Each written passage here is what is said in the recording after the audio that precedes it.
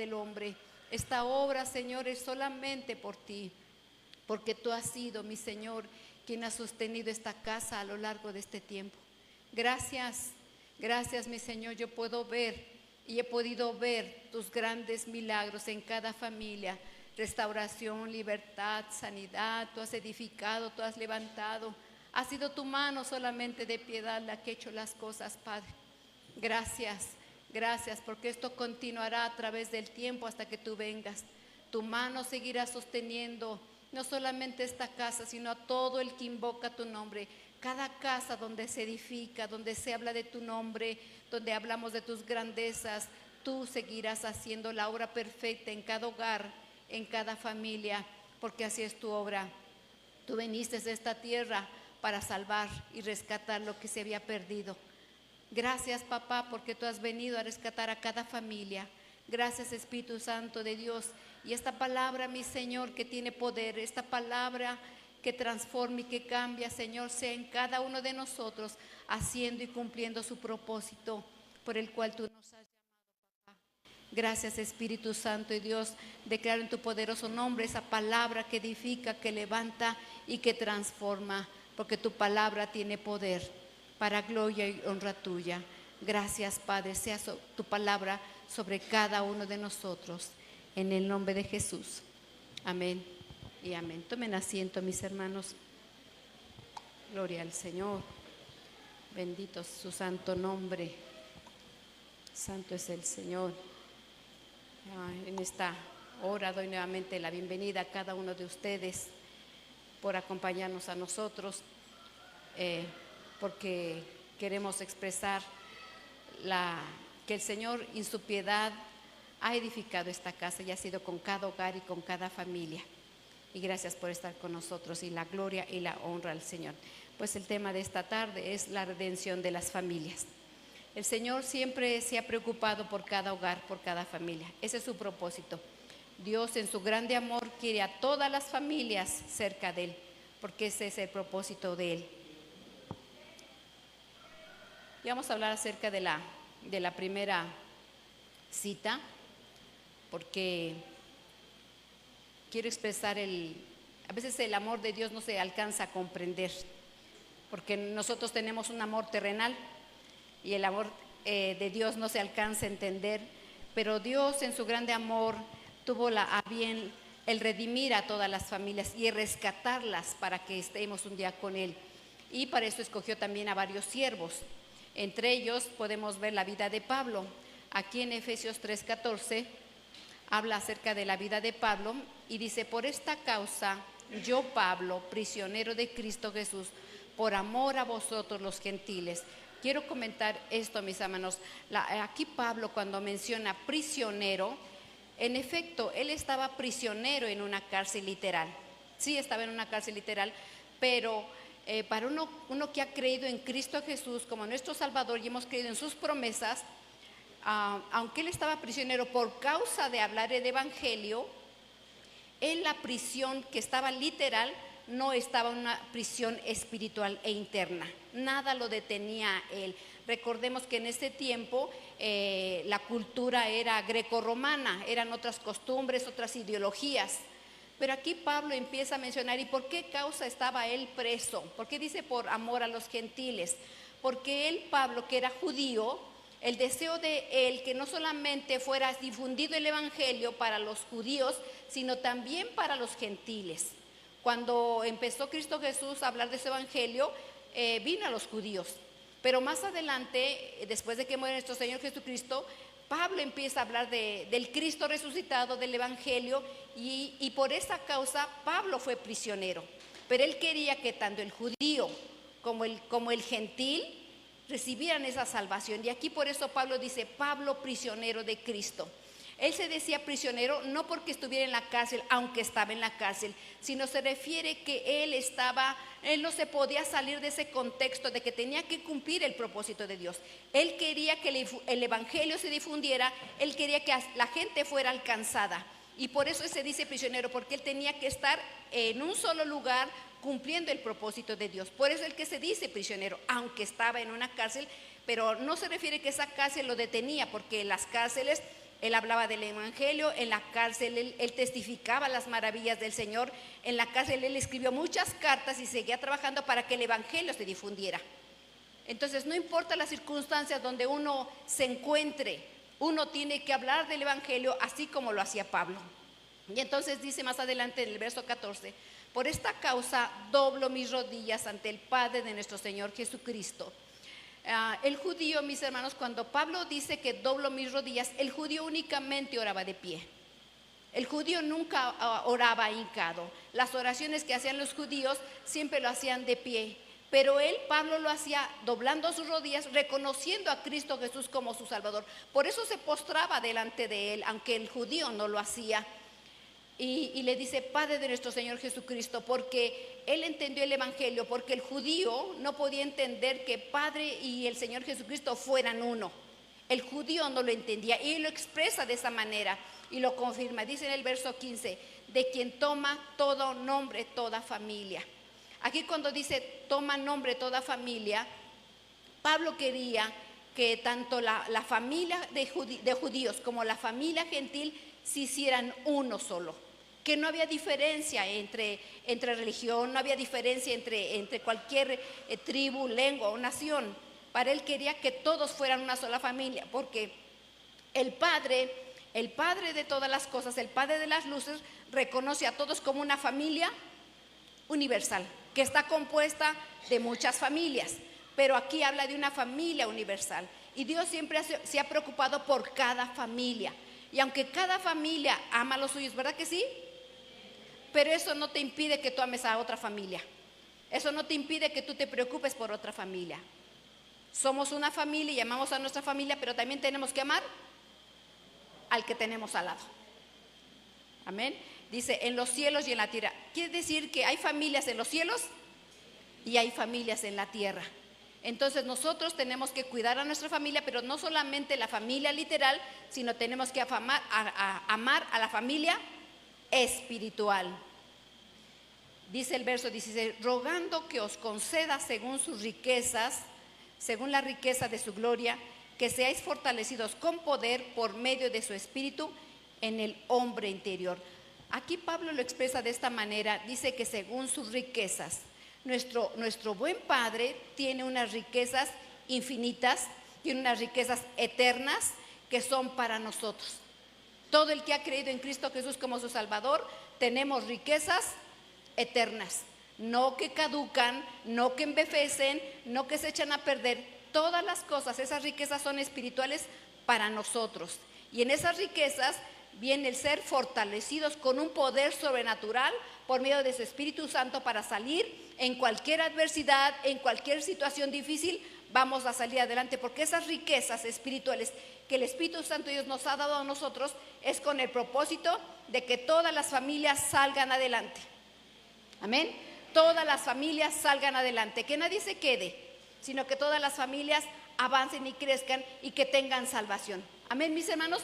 Yo creo que todos los que estamos aquí queremos que nadie de nuestra familia se pierda.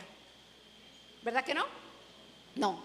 Queremos que todas nuestras familias crezcan, avancen. Y por eso el Señor nos dio un poder para ser fortalecidos en el Espíritu Santo, para salir adelante, interceder y clamar por nuestra familia. Amén. Y entonces dice aquí en Génesis 12, 1, 3. Dice: y el Señor dijo a Abraham, esto salió de la boca de Dios. Dice: vete de tu tierra, de entre tus parientes, de la casa de tu padre, a la tierra que yo te mostraré. Esto lo dijo el Padre Eterno y se lo dijo a Abraham.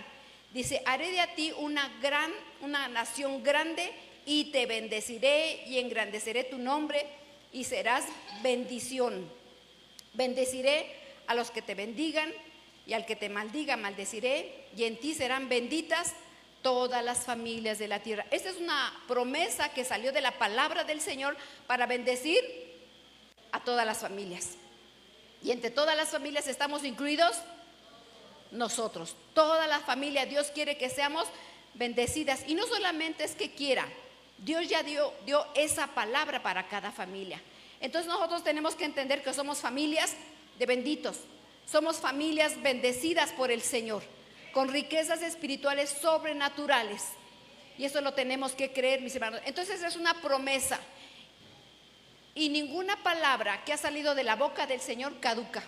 Ninguna palabra se acaba, ninguna palabra queda al aire. Esa se cumple porque se cumple. Todo lo que ha salido de la boca del Señor se cumple. Y si Él dijo que somos bendecidos todas las familias de la tierra, todos los que hemos creído en Él, somos benditos. Amén, mis hermanos. Solamente falta que tú lo creas. Pero de que está la bendición, está la bendición. Amén. Entonces esto es una promesa que Dios dio para todas las familias. Somos benditos y seremos benditos porque pertenecemos a la familia de nuestro Padre bueno. Y eso es algo que el Señor prometió para todas las descendencias. Amén. Vamos a la siguiente cita, que está en Génesis 46, 26. Y dice así: todas las personas de la familia de Jacob que vinieron a Egipto, descendientes directos suyos, no incluyendo las mujeres de los hijos de Jacob, eran en total 76 personas. Y los hijos de José que le nacieron en Egipto eran 2. Todas las personas de la casa de Jacob que vinieron a Egipto eran 70 personas. Estos fueron la familia que después que José el soñador pasaron 7 años de abundancia y 7 años de escasez, después de ese tiempo entraron en Egipto. ¿Y cuántas personas entraron? 70. Pero ya había habido una promesa que iban a ser benditas y que iban a ser multiplicados y que iban a crecer. Entonces aquí ya pasó muchos años. Dice en Éxodo 12 más adelante, en la Biblia Américas, dice: y partieron los hijos de Israel de Ramsés a Sucot unos 700,000 hombres de a pie, sin contar niños. Subieron también con ellos una grande multitud mixta, juntamente con ovejas y vacadas y una gran cantidad de ganado. Aquí está diciendo, mis hermanos, esto es cuando el pueblo de Israel ya salió para Egipto. Primero entraron a Egipto 70 personas, pero ya cuando salieron de Egipto, después de haber estado esclavos por 430 años, aproximadamente, recuerden que aquí dice unos 600,000 hombres de a pie. En ese entonces la mujer no era contada, los ancianos no eran contados, los niños no eran contados. Entonces estamos hablando aproximadamente de 2 o 3 millones de personas. ¿Cuántos? 2 o 3 millones de personas. ¿Y cuántos entraron? 70 personas. Entonces, ¿se cumplió la promesa de Dios? ¿Se cumplió solamente en ese tiempo? ¿Ya no se cumplirá ahora? Sí se cumple, porque el Señor no cambia. El Señor lo dijo y así será. Si en este tiempo entraron 70 personas y después salieron 2 o 3 millones, entonces lo mismo que sucede hoy, porque nuestro Señor es el mismo ayer, hoy y para siempre. El Señor lo cumple, porque Él es fiel, mis hermanos. Entonces cuando dice una multitud mixta, ¿a qué se refiere? Porque cuando el pueblo de Israel estaba en Egipto, ahí esclavo, muchos cuando vieron las 10 plagas, cómo Dios había sacado al pueblo de Israel y hubieron 10 plagas, mucha gente se sorprendía. ¿Quién era ese Dios que hacía milagros? ¿Quién era ese Dios que hacía milagros al haber traído tantas plagas, 10 plagas, y Él los iba sacando y los iba haciendo grandes milagros? Y había una diferencia, porque a los egipcios sí le venían las plagas y a los hijos de Israel no les venían las plagas. Entonces por eso es que salió una multitud mixta de otros pueblos, porque ellos querían conocer quién era ese Dios que había hecho milagros. Los otros dioses, aunque en Egipto tenían muchos dioses, y por eso Dios mandó esas plagas de las ranas, porque había la diosa de la rana. En el ganado, adoraban al ganado. Cada una de las plagas era porque era una deidad que ellos adoraran. Y el Señor se manifestó porque Él era arriba de todos esos ídolos que ellos adoraban. Entonces, mis hermanos, por eso salieron una gran multitud mixta, porque querían conocer ese Dios diferente. Entonces, en nuestras familias también va a haber gente que querrá conocer a este Dios que nosotros conocemos. Y tiene que haber una diferencia, hermanos, porque nosotros se debe de haber una diferencia en el que no conoce con el que no conoce. Porque si nosotros hay ese poder que viene del Espíritu Santo de Dios para transformar vidas, se tiene que ver ese poder. Y la familia tiene que conocer ese Dios. Amén. Vamos un poquito más adelante. Dice aquí Éxodo 19, del verso 1 en adelante. Y dijo a su pueblo: he aquí, el pueblo de los hijos de Israel es más numeroso y más fuerte que nosotros. Procedamos pues astutamente con él, no sea que se multiplique y en caso de guerra se una también con los que nos odian y peleen contra nosotros y se vaya de la tierra. Dice verso 11. Entonces pusieron sobre ellos capataces para oprimirlos con duro trabajo. Y edificaron para Faraón ciudades de almacenaje, Pitón y Ramsés.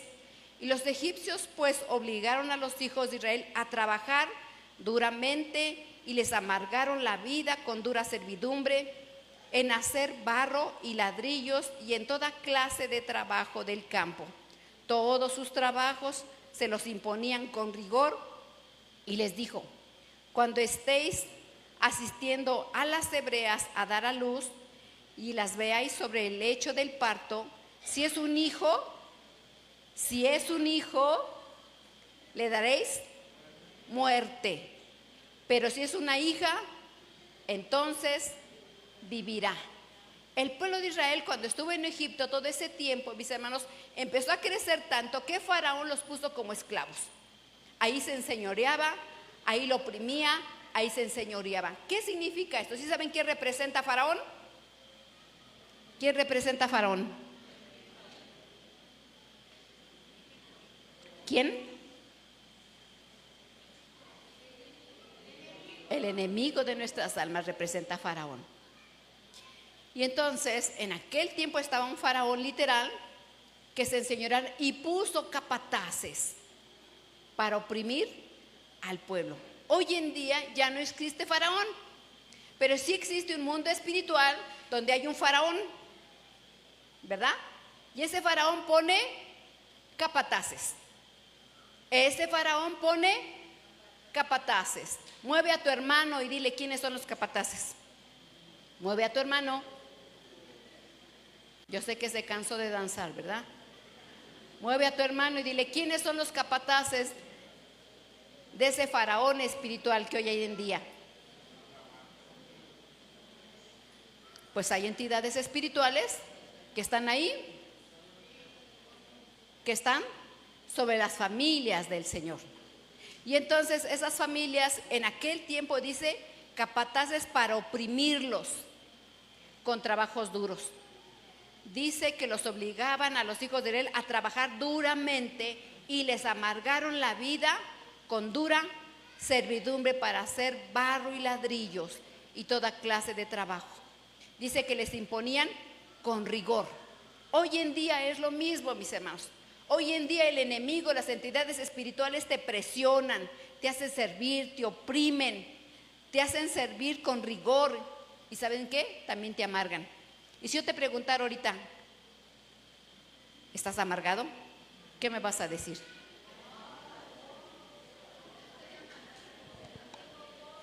Muchas veces uno dice, yo no soy amargada, pero sí estás amargado.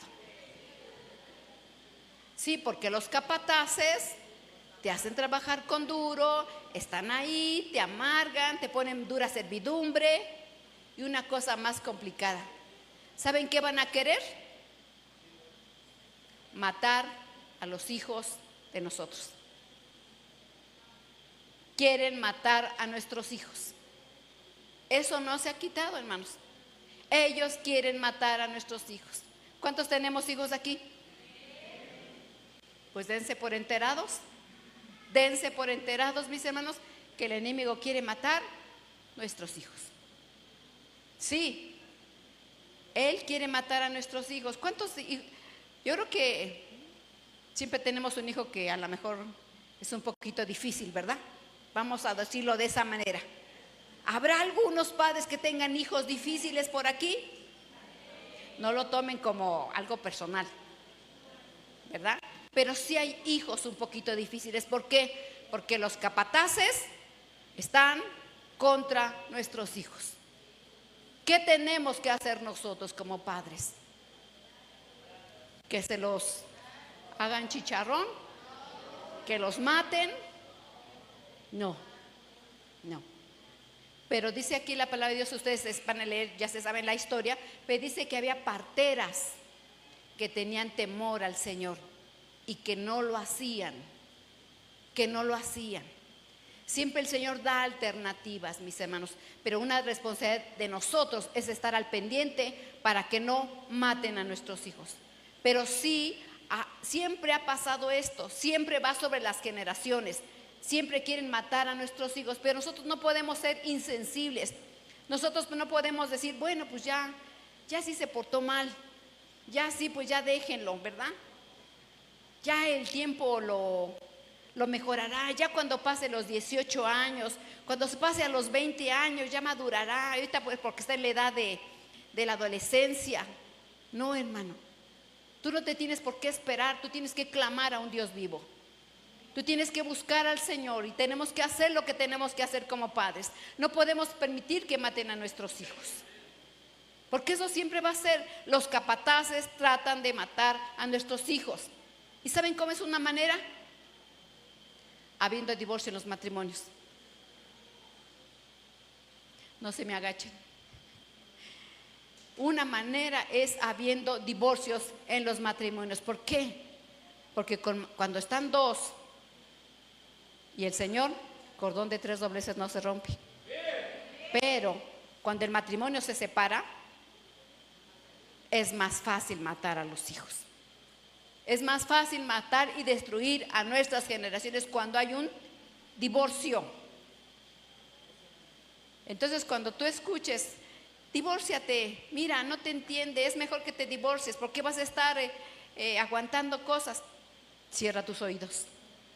Cierra tus oídos, porque siempre que hay un divorcio, mis hermanos, todos pierden. Todos pierden. No es bueno, conforme a la palabra, el divorcio. Pero si hubiera algún caso así por diferentes circunstancias, poderoso es el Señor para dar salida en todas las cosas. Entonces, siempre el enemigo va a tratar de amargarnos, ponernos dura servidumbre y tratarnos con rigor, para que nuestro enfoque no esté en el Señor. Porque el Señor quería que el pueblo saliera de Egipto, saliera de la esclavitud, para servirle y hacerle fiesta. Y Faraón no quería. Entonces Dios quiere que salgan las familias completas y sean salvas las familias. No importa que tus hijos sean casados, clama por tus hijos, ruega por tus hijos, porque ahí hay nietos. Aunque tus hijos ya se han casado, hay nietos, ¿o no? Entonces tenemos que clamar por nuestra descendencia, hijos y nietos, aunque estén casados. Y aunque sean hijos solteros, un día tendrán hijos. Y hay que clamar de una vez por las familias ahora, no cuando ya esté el problema. Amén. Entonces ya entendimos que el enemigo va a buscar a toda manera, ¿verdad?, de destruir nuestras casas y que las familias no estén unidas, sino las familias se separen. Yo creo que este dato ya ustedes lo saben hoy en día, y eso hay varias maestras aquí, van a estar de acuerdo conmigo. Siempre cada ciclo escolar que empieza el año escolar, las maestras tienen un recuento de los alumnos que tienen y ahí está apuntado, ¿verdad? Y la mayoría de las maestras que tienen a sus pequeñitos en esa lista, son muy pocos los niños que tienen papá y mamá. Por lo regular, su titular es una mamá o un papá, o un abuelo o un tío, o una tía. Es más el porcentaje de los separados, de niños que no tienen papá y mamá. Entonces, ¿está cumpliendo Satanás su propósito? Sí. ¿Qué tenemos que hacer nosotros? ¿Quedarnos pasivos? No, tenemos que aplicarnos. Tenemos que aplicarnos, mis hermanos, porque el enemigo quiere matar a nuestros hijos. Vamos un poquito más adelante. Entonces, cuando el pueblo de Israel estaba como esclavo, hay varios tipos de esclavitud, causas de esclavitud. Un tipo de esclavo era por nacimiento. Cuando un padre y una madre tenían hijos, Por ser esclavos, los hijos iban a ser, no nacían como libres. Si los padres eran esclavos, sus hijos automáticamente eran esclavos. Otra causa por ser esclavos era por el motivo de guerra. En aquel tiempo eran muy frecuentes las guerras. Y cuando un pueblo, vamos a poner que los babilonios y los persas peleaban, y si los babilonios le ganaban, los persas iban a ser esclavos ante los babilonios. Esa era otra causa por el cual eran esclavos, era por guerra y también por pobreza.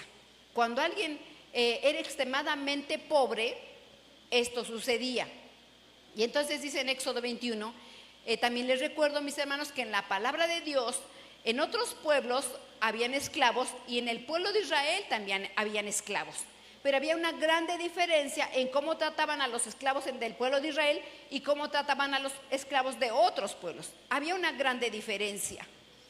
Y el Señor dejó en su palabra y le dio mandamientos a su pueblo para que ellos aprendieran cómo tratar a los que eran esclavos. Y no los trataban con dura servidumbre, no se enseñoreaban de ellos, no se aprovechaban de ellos, ni los trataban con vileza. Porque el Señor tendría misericordia de los esclavos, de los extranjeros, de los huérfanos y de las viudas, porque el Señor ama a las familias. Y entonces dice Éxodo 21, dice: si el toro corneare a un esclavo o a una esclava, el dueño del toro deberá pagarle 30 monedas de plata al amo del esclavo o de la esclava. El toro será apedreado. ¿Por qué puse esto? En aquel tiempo, mis hermanos, los esclavos realmente no tenían un valor importante. La cifra de 30 monedas de plata era algo muy pobre, era algo muy sencillo. La vida de un esclavo no valía nada. La vida de un esclavo era insignificante. No, era insignificante. Era comparado, porque dice, si el toro cornea a un esclavo, realmente un esclavo era comparativo con una bestia. ¿Sí me explico? Ese era el valor equitativo de una bestia con la vida de un hombre o una mujer. Realmente era poca cosa. Y entonces el esclavo ese era lo que valía, 30 monedas de plata. Gracias a Jesucristo, que por medio de Jesucristo nosotros tenemos un valor incalculable. No somos poca cosa, porque no somos esclavos, sino somos libres. El libre que tenía hijos era libre. El esclavo que tenía hijos eran esclavos. Y gracias a Dios por Cristo, porque nos hace libres. Amén. Y entonces dice aquí Levítico 25. Si uno de tus hermanos llega a ser tan pobre que tiene que vender parte de su posesión, su pariente más cercano vendrá y redimirá lo que su hermano haya vendido. Y en caso de que un hombre no tenga redentor, pero consigo los vendió suficiente para su redención. 35. En caso de que un hermano tuyo empobrezca, sus medios para contigo decaigan, tú los sustentarás como un forastero o peregrino para que viva contigo. Voy a quedarme hasta aquí. Si ustedes se dan cuenta, como cuando alguien era esclavo y no tenía y pasaba una pobreza en su temporada, decía que el mismo pueblo lo iba a sustentar, no se iba a enseñorear. Otros pueblos, cuando alguien era pobre, lo mataban o lo tenían en dura servidumbre.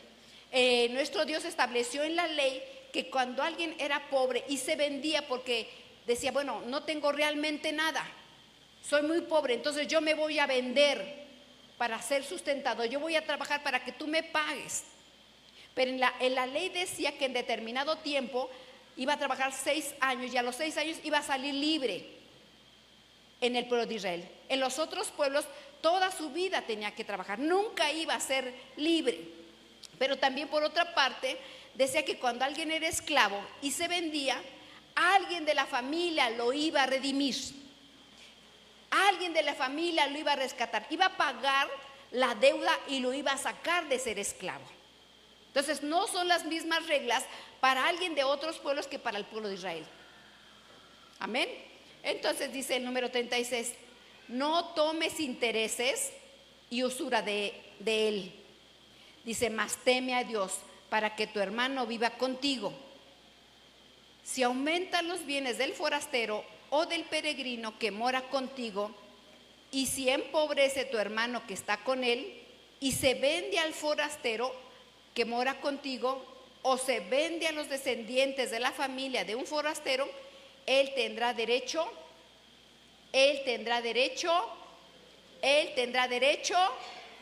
de redención después de ser vendido. Uno de sus hermanos podrá redimirlo. Había grande diferencia en un esclavo del pueblo de Israel a un esclavo de otros pueblos. Una grande diferencia. No iba a ser lo mismo. Dios siempre ha tenido misericordia de la familia. Tenga economía o no tenga economía, el Señor siempre le va a sustentar. Y si alguien está en pobreza, no podemos, mis hermanos, enseñorearnos y andar cobrando usura, andar cobrando intereses. Eso no lo permite la palabra del Señor. Tiene uno que hacer misericordia y sustentar a nuestros hermanos. Entonces, cuando alguien era tan pobre que tenía que venderse para tener una casa, para que lo vistieran, para que lo alimentaran y para que le fueran pagando, entonces él tenía que venderse y pasar a ser esclavo. Pero en el pueblo de Israel había una opción hermosa, que era que fuera redimido. Alguien de la familia podía rescatarlo a él para que él pasara a ser libre y dejara de ser esclavo. Porque nuestro Dios nunca ha querido tener un pueblo de esclavos. Él quiere un pueblo de libres. Un pueblo de libres. No quiere que nos enseñoremos de nadie, porque nosotros somos hermanos en Cristo. El padre de las familias es nuestro padre y todos somos una familia. Hay economía o no hay economía, no tiene que haber diferencia. Tenemos que amarnos unos a otros. Yo sé, mis hermanos, que cada uno de ustedes tiene una familia y tienen hermanos, ¿verdad que sí? ¿Todos son iguales? ¿No? No. Habrá cosas en que a lo mejor no estás muy de acuerdo con él, ¿verdad? Algunos detallitos, ¿o no? Sí, ¿verdad? Pero por eso lo dejas de amar. No. Se debe de amar a los hermanos, aunque sean como sean. Sean como sean las prácticas que tenga, uno tiene que amar a la familia. Sí, mis hermanos, porque el Señor estableció familias en los cielos y familias en la tierra. Tengas economía o no, hayas tenido en esta tierra dinero o no, están allá. Están allá. Entonces uno tiene que amar siempre a sus hermanos. No puede uno hacer diferencia. No porque tiene dinero lo tratas bien y al que no tiene dinero lo avientas hasta atrás. ¿Verdad que no? A todos tenemos que amarnos y todos tenemos que amarnos y estar intercediendo unos por los otros. Entonces, cuando alguien empobrece, ya hermanos, dice el 48, y él tendrá derecho de redención. Después de ser vendido, uno de sus hermanos podrá redimirlo. Porque también las personas, mis hermanos, se vendían. Recuerden que en el pueblo de Israel, Dios dio territorio a todas las tribus. Eran 12 tribus del pueblo de Israel y a cada una le dio territorio. Y también cuando alguien era pobre podía vender su territorio, podía vender la parte que tenía ella también la podía vender. Pero esa tierra en determinado tiempo se la regresaban. Solamente era dada por un dinero por un tiempo. Esa tierra le regresaba a él nuevamente. Su posesión nunca la perdía. Eso nos está hablando, mis hermanos, que aún nosotros, si tenemos algunas cosas, nunca las vamos a perder. Una herencia que el Señor nos lo da, nunca la vamos a perder. Aunque tú la descuides. Aunque tú la descuides, nunca la vas a perder. Dios quiere que todos tengamos lo mismo. Dios da a todos. Dios da a todos, independientemente de su condición. Entonces, todo el que era vendido, uno de sus hermanos podrá ser redimido. Amén. Y ahora dice aquí Romanos 7:14.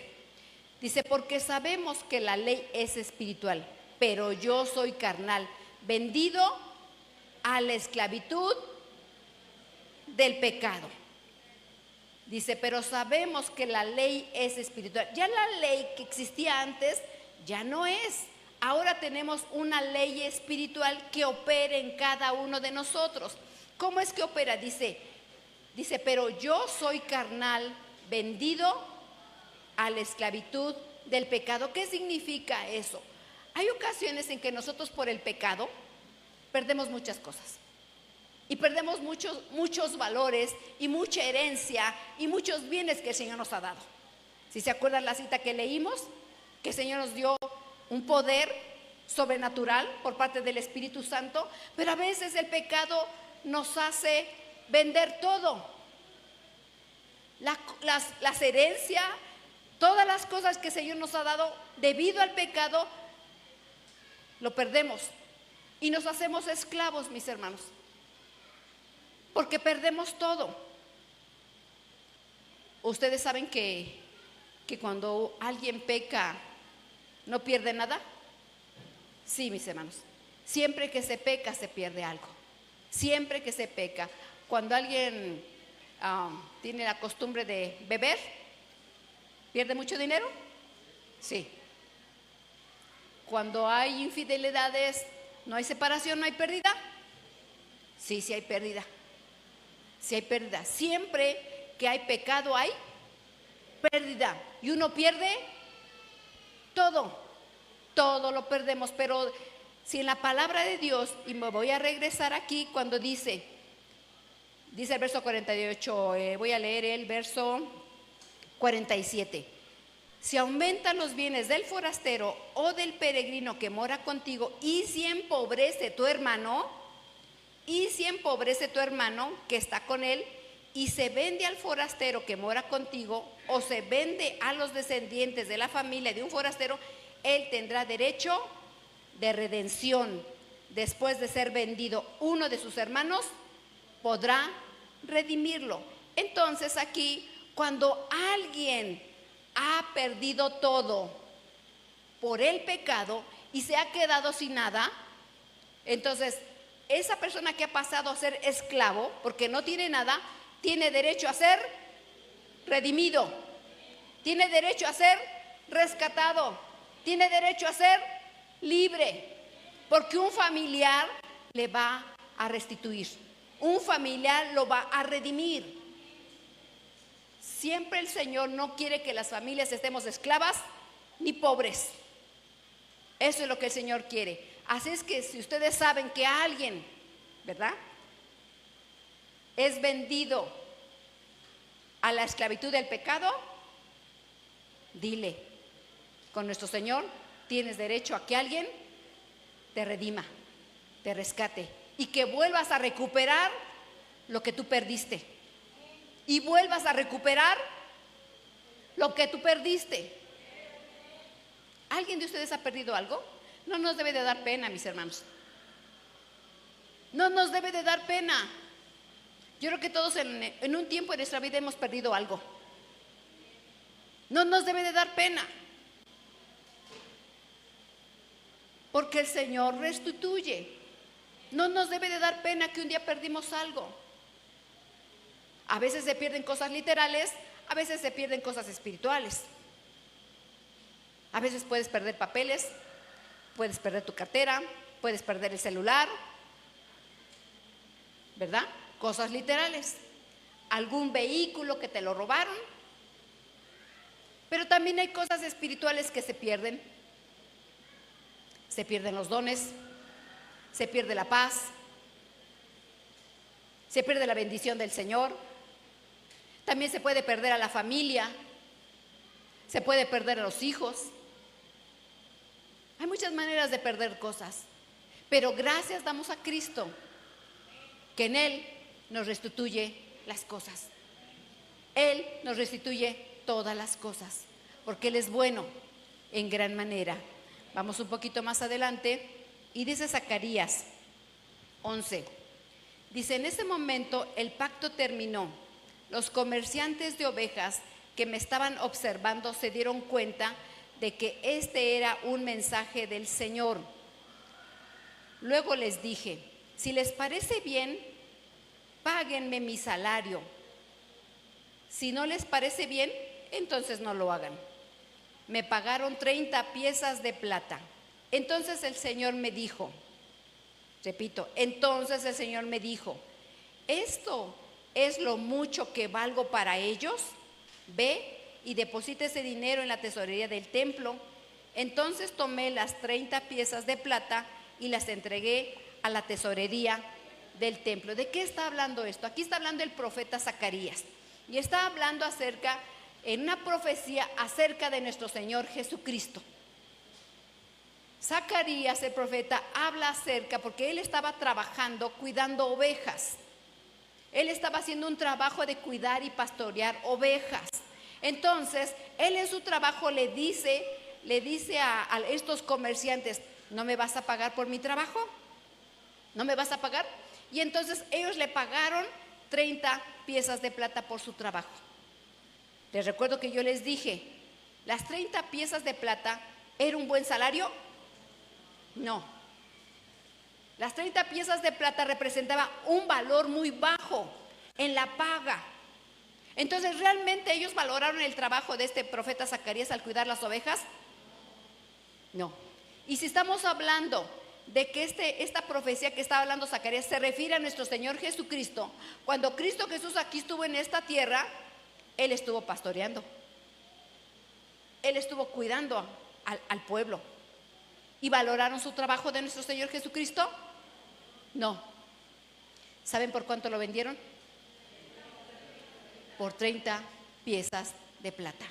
Ya estaba profetizado aquí lo que iban a hacer sobre nuestro Señor Jesucristo. Entonces, esas 30 piezas de plata era algo. Y por eso aquí dice, eso es lo mucho que valgo para ellos. Cada quien, mis hermanos, da un valor a las cosas que quiere. Cada quien estima las cosas a sus recuerdos o a su pensar. Voy a poner un ejemplo. Hay cosas que yo tengo de mi madre, mi mamá ya no está con nosotros en esta tierra dimensional, pero para mí valen mucho. Para mí, el recuerdo de mi madre valen mucho. Pero a lo mejor si otra persona lo ve y dice, ¿esto qué? ¿Esto qué? Entonces cada quien le pone un precio a lo que ama. Cada quien le pone un precio a lo que quiere. Tú vas a decidir qué precio le pones a tu familia. Tú vas a decidir qué precio le pones a tu esposa, a tus hijos. Si quieres que lo maten o no, o que no los maten. Cada quien le pone precio a las cosas. Hay gente que para la familia no tiene valor. No tienen valor los hijos. Hay pueblo de Dios que no tiene valor ese poder que es dado por el Espíritu Santo de Dios a cada uno de nosotros. Y no tiene valor para ellos. Los dones, los talentos que el Señor ha dado a cada uno de nosotros. Hay gente que no le importan los dones que el Señor le ha dado. Y los menosprecia y los devalúa. Para él es poca cosa. Le ponen un precio mínimo a lo que el Señor les da. La salvación preciosa que es de un valor incalculable. Hay gente que no valora lo que el Señor les da. La salvación y todo lo que el Señor nos da a cada uno de nosotros. Cada quien le pone un precio. Eso es decisión de cada quien, mis hermanos. Y entonces aquí en Mateo 27 dice, Judas, el que lo había traicionado, vio que habían condenado a Jesús, sintió pesar por lo que había hecho, así que les devolvió las 30 monedas de plata a los jefes de los sacerdotes y a los ancianos líderes. Entonces la pregunta es, de Judas, el que le traicionó, ¿qué valor le puso al Señor Jesús? Al que comía con él, al que le enseñaba, al que estaba con él, el que andaba en todos lados, el que lo había escogido como discípulo. ¿Qué precio le puso a su maestro? ¿Qué precio le puso? Lo escogió como discípulo, estuvo con él, ¿Qué precio le puso a su maestro? Mueve a tu hermano y dile. Mueve a tu hermano y dile. ¿Qué precio tú le pones a tu Salvador? ¿Qué precio le pones al Salvador, al que murió por ti? 30 piezas de plata. ¿Cuánto? Tú dime cuánto le pones. Tal vez 5 más. 35. ¿Cuánto? ¿Estás dispuesto a dar tu vida por él? ¿De veras? ¿De veras? Cuando venga la persecución, como Pedro, se escapan. Al tal ni lo conozco. A él ni lo conozco. Se fueron escondiendo, negándolo, traicionándolo. Y vuelvo a preguntar, ¿qué precio le pones a tu maestro? 30 piezas de plata. Yo creo que tenemos que considerar qué precio es para mí mi Señor. ¿Me interesa lo que me ha enseñado, lo que me ha dado, el estar con Él? Porque aunque Judas y su maestro, el Señor Jesucristo, caminaban juntos porque iban y se les enseñaba a distancias grandes, estaban todo el tiempo, pero ¿realmente estaban unidos? Puede ser que a lo mejor venimos a la iglesia y estamos aquí, pero ¿realmente estamos cerca del Señor? ¿Tenemos esa cercanía con Él? Porque Judas estuvo 3 años con Él, caminaba con Él, comía con Él, vio milagros, prodigios, pero nunca estuvo cerca de Él. Nunca fue su cercano. ¿Qué tan cerca estamos del Señor? ¿Qué tan cerca lo tenemos realmente? Esas cosas a considerar. Entonces, dice que esas 30 monedas de plata fue el valor de Judas para él. No le puso más, sino fue poca cosa para él, su maestro.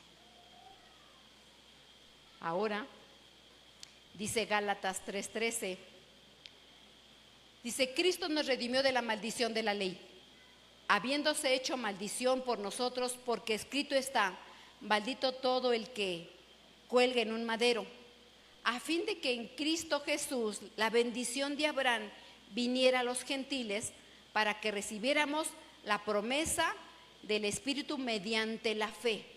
Entonces Cristo Jesús, mis hermanos, vino a quitar la maldición que estaba con nosotros para pasarnos a ser bendición. ¿Se acuerdan de la cita de Génesis que dice que nosotros serían benditas todas las familias y que nuestra descendencia iba a ser grande, y que entraron 70 y que salieron miles? Y si esa promesa está en nosotros, si uno empezó a conocer del Evangelio, ¿cuántos tendrían que conocer después de nosotros? Si ya está la promesa en nosotros, tendrían que creer muchos, mis hermanos. Entonces Cristo Jesús vino a hacerse maldito para nosotros vivir una vida de bendición. No solamente, o sea, Dios quiere que sea una familia judío y gentil, porque eso era lo que quería Pablo, y por eso hablaba del Evangelio Pablo, para que no hubiera diferencia, gentiles y judíos, y por eso de la promesa del Espíritu Santo. Entonces cuando dice redimir, Cristo nos redimió. ¿Qué es redimir? En la cultura hebrea, mis hermanos, está hasta abajo, en la cultura hebrea del Hebreo 13:50, dice, en la cultura hebrea, el familiar cercano significa compra de vuelta. Un familiar cercano volvía a comprar nuevamente para nosotros. ¿Saben? En nosotros, como hijo de Dios, como pueblo de Dios, ¿quién es nuestro familiar cercano? Cristo. ¿Pero qué parentesco tiene? Es nuestro hermano mayor. Él es nuestro hermano mayor. Entonces Él viene, Cristo Jesús, y como es nuestro hermano, es nuestro cercano, Él nos compra de vuelta. Éramos de Él, pero debido al pecado, Perdimos todo, no tenemos nada, nos hicimos esclavos y ahora Él viene a rescatarnos y a sacarnos de la pobreza. Y entonces nos compra de vuelta, nos rescata. Él es el que nos rescata. Él es nuestro defensor, nuestro libertador, el que nos pone a salvo y el que nos libra. Ahora, pregunto, ¿cuántas veces va a ser tu defensor? ¿Cuántas veces te va a poner a salvo? ¿Cuántas veces te va a librar? Pregunto, ¿cuántas? Siempre. ¿Cuántas veces hemos estado en situaciones difíciles? Muchas. Yo he estado en muchas. Y siempre Él me defiende, siempre me liberta, me pone a salvo y me libra. Porque así es Él. La vida del ser humano, mis hermanos, siempre los opresores, los capataces, nos ponen señorío. Nos amargan, se enseñorean, dura servidumbre, pero aquí está el hermano mayor, el que nos redime, el que nos rescata, el que nos salva, el que nos defiende, el que nos libra. Yo pregunto a ustedes, ¿alguien tendrá alguna situación difícil que necesite ese redentor? ¿Alguien no conoce del Señor que quisiera conocer ese Dios de poder? ¿Alguien no conoce ese Salvador que te puede rescatar, que te puede liberar, que te puede volver a rescatar de situaciones difíciles? Si fuera así, pasa porque Él a eso vino. Cada quien le pone al Señor un precio, pero yo te puedo decir que el que le conoce es de gran valor. El que le conoce y está pegado a Él tiene un precio incalculable.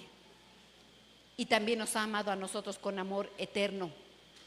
Y entonces dice aquí en Efesios, en Él tenemos redención por medio de su sangre y el perdón de nuestros pecados según las riquezas de su gracia, que han hecho abundar para con nosotros en toda sabiduría y en discernimiento. Entonces nosotros tenemos siempre un redentor que nos salva, que nos libra, que nos redime y que nos vuelve a ser cercanos.